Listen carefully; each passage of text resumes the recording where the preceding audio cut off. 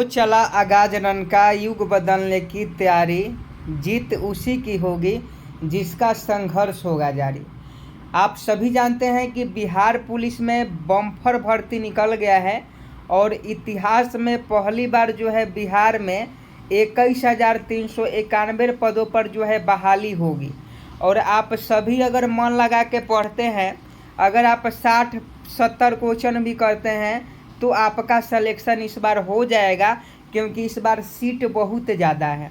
समझे कि नहीं? तो आप सभी से रिक्वेस्ट है, आप सभी बिहार पुलिस की तैयारी करें और डेली हमारे साथ 10 बजे से लाइव प्रैक्टिस सेट से ज़रूर जुड़ जाए। आपको मालूम होगा कि पिछले सभी एग्ज़ामों में हम लोगों का अच्छा प्रदर्शन रहा है और इस एग्ज़ाम में भी अच्छा प्रदर्शन रहेगा। तो आप सभी बिहार पुलिस की तैयारी करना चाहते हैं तो आप सभी इस वीडियो में शुरू से लेकर अंत तक बने रहिएगा। देखिए, आज का पहला क्वेश्चन है आपके मोबाइल स्क्रीन पर कि भारतीय प्रेस का मुक्तिदाता किसे कहा जाता है। 1 नंबर प्रश्न का सही जवाब बताइएगा।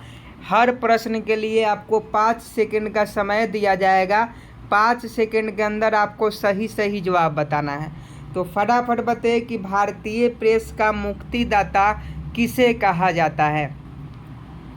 देखिए, अगर 1 का अगर आप ऑप्शन सी बता रहे हैं सर चार्ल्स मेटकॉफ को, तो आपका बिल्कुल राइट आंसर है।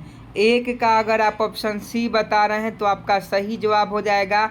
भारतीय प्रेस का मुक्तिदाता सर चार्ल्स मेटकॉफ को कहा जाता है। Option C will be right answer हो जाएगा। नेक्स्ट प्रश्न 2 का सही जवाब बताएं। चीनी यात्री ह्वेनसंग ने किस विश्वविद्यालय से अपनी शिक्षा ग्रहण की। फटाफट 2 नंबर प्रश्न का सही जवाब बताएंगे कि चीनी यात्री ह्वेनसंग ने किस विश्वविद्यालय से अपनी शिक्षा ग्रहण की। 2 का अगर आप ऑप्शन बी नालंदा विश्वविद्यालय बता रहे हैं तो आपका बिल्कुल राइट आंसर हो जाएगा। Option B will be right answer. Next प्रश्न 3 नंबर का सही जवाब बताएं। डेंगू बुखार को कौन संचारित करता है। बायोलॉजी का क्वेश्चन है, सभी क्वेश्चन मिक्स होंगे। आप सभी जानते हैं कि 10वीं स्तर का जो क्वेश्चन है बिहार पुलिस के एग्ज़ाम में पूछा जाएगा। तो आप सब मन लगा के तैयारी कीजिए और डेली 10 बजे हमारे साथ सुबह में जुड़ जाइए। आप अगर 80+ स्कोर लाना चाहते हैं, इस बार सिलेक्शन लेना चाहते हैं, तो आप 10 बजे हमारे साथ डेली जुड़ जाइए और चैनल को सब्सक्राइब कर बेल आइकन को प्रेस करके रखिए ताकि क्लास का नोटिफिकेशन आप तक पहुंच सके। तो 3 का सही जवाब बताएं। डेंगू बुखार को कौन संचारित करता है। 3 का अगर आप ऑप्शन एडीज एजिप्टी मच्छर बता रहे हैं तो आपका बिल्कुल राइट आंसर हो जाएगा। डेंगू बुखार को एडीज एजिप्टी मच्छर जो है वह संचारित करता है। 3 का अगर आप ऑप्शन ए बता रहे हैं तो आपका बिल्कुल करेक्ट है। अगला क्वेश्चन देखिए कि योग दर्शन के प्रतिपादक कौन है। 4 नंबर प्रश्न का सही जवाब कमेंट बॉक्स में छाप दीजिए। योग दर्शन के प्रतिपादक कौन है। 4 का अगर आप ऑप्शन बी पतंजलि बता रहे हैं तो आपका बिल्कुल राइट आंसर हो जाएगा। आप सभी जानते हैं योग दर्शन के जो प्रतिपादक हैं वो पतंजलि हैं। तो ऑप्शन बी आपका बिल्कुल करेक्ट हो जाएगा। अगला क्वेश्चन देखिए कि गोपथ ब्राह्मण का संबंध किस वेद से है। यह ऑलरेडी क्वेश्चन पूछा गया है, तो आप सभी फटाफट कमेंट करेंगे कि गोपथ ब्राह्मण का संबंध किस वेद से है। फटाफट कमेंट कीजिए। I am waiting for your answer कि गोपथ ब्राह्मण का संबंध किस वेद से है। 5 का अगर आप ऑप्शन डी अथर्ववेद बता रहे हैं तो आपका बिल्कुल राइट आंसर है। गोपथ ब्राह्मण का संबंध अथर्ववेद से है।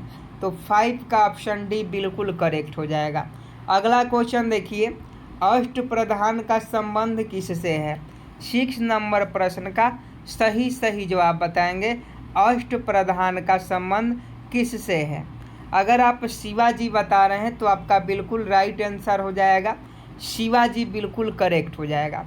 अष्टप्रधान का संबंध शिवाजी से है।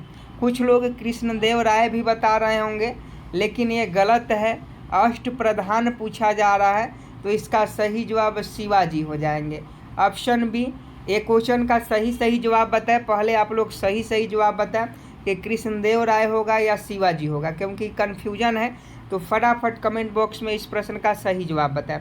7 नंबर क्वेश्चन देखिए, स्वराज पार्टी के संस्थापक कौन थे, क्वेश्चन पूछा जाता है।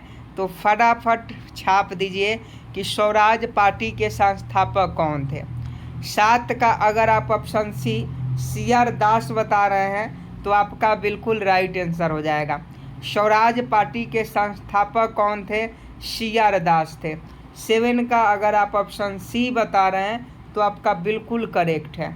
अगला क्वेश्चन 8 नंबर देखिए, तारपीन का तेल किससे प्राप्त किया जाता है। फटाफट कमेंट बॉक्स में बताएंगे कि तारपीन का तेल किससे प्राप्त किया जाता है। अगर आप चीड़ के बता रहे हैं, चीड़ के पेड़ से, तो आपका बिल्कुल राइट आंसर हो जाएगा।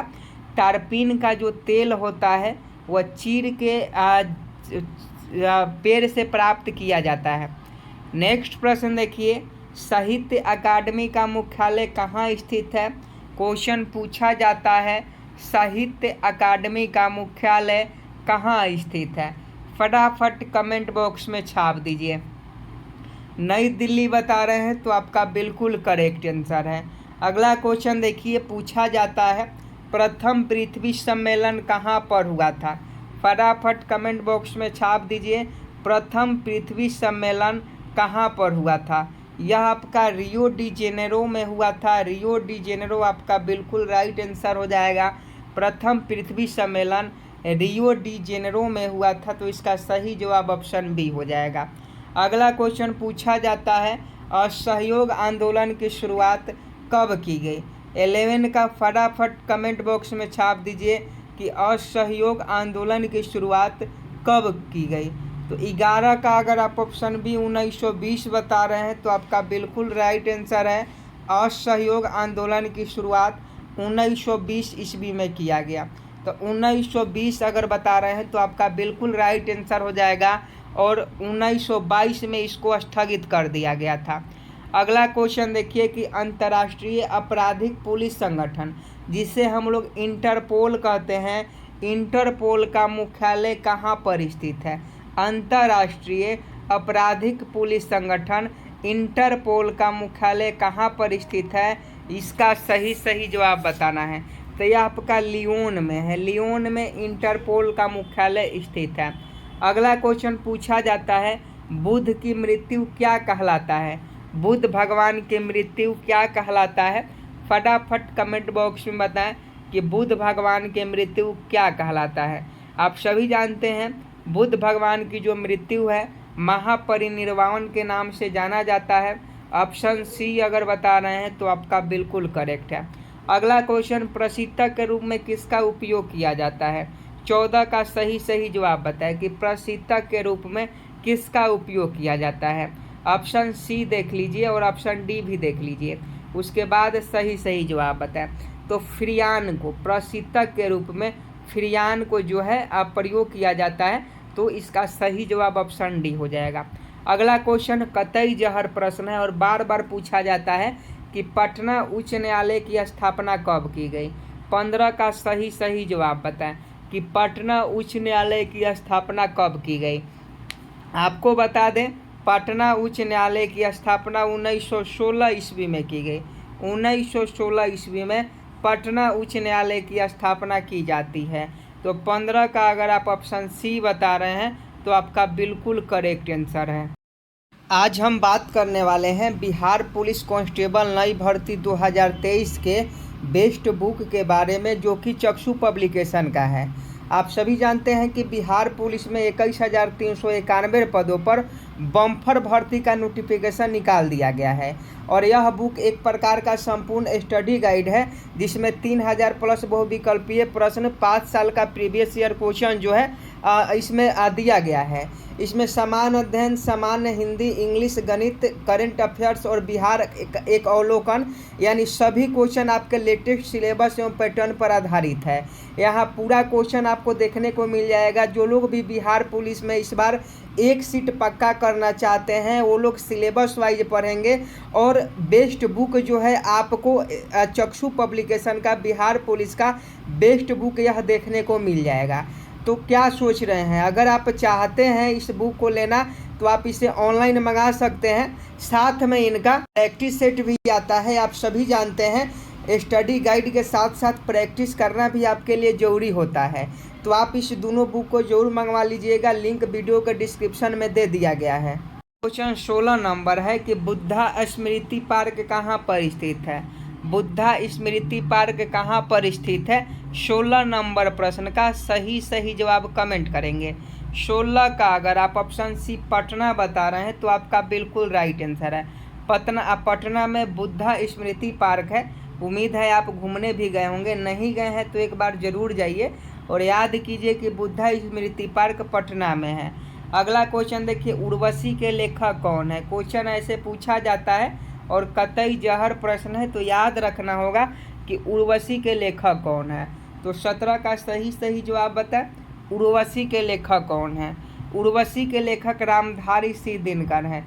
रामधारी सिंह दिनकर जो है उर्वशी के लेखक है। तो रामधारी सिंह दिनकर आपका बिल्कुल करेक्ट आंसर हो जाएंगे। उर्वशी के लेखक कौन है? रामधारी सिंह दिनकर हैं। अगला क्वेश्चन देखिए, मुल्ला पेरियार बांध किस राज्य में स्थित है? क्वेश्चन पूछा जाता है और फटाफट छाप दीजिए कि मुल्ला पेरियार बांध किस राज्य में स्थित है। 18 का अगर आप ऑप्शन बी केरल बता रहे हैं तो आपका बिल्कुल राइट आंसर है। मुल्ला पेरियार बांध किस राज्य में है? तो केरल राज्य में स्थित है। अगला क्वेश्चन देखिए कि पानीपत की दूसरी लड़ाई किन दो के बीच लड़ी गई? आपको बताना है कि पानीपत की जो दूसरी लड़ाई हुई थी उसमें किन दो के बीच लड़ाई हुई थी। तो फटाफट बताइए कि कौन कौन थे जिनके बीच पानीपत की दूसरी लड़ाई हुई थी। तो 19 का अगर आप ऑप्शन बी हेमू और अकबर बता रहे हैं तो आपका बिल्कुल राइट आंसर है।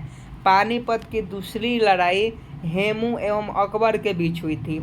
अगला क्वेश्चन देखिए कि अंडमान एवं निकोबार द्वीप समूह को कौन सी चैनल अलग करती है? 20 नंबर प्रश्न का सही जवाब बताएं कि अंडमान एवं कार निकोबार द्वीप समूह को कौन सी चैनल अलग करती है?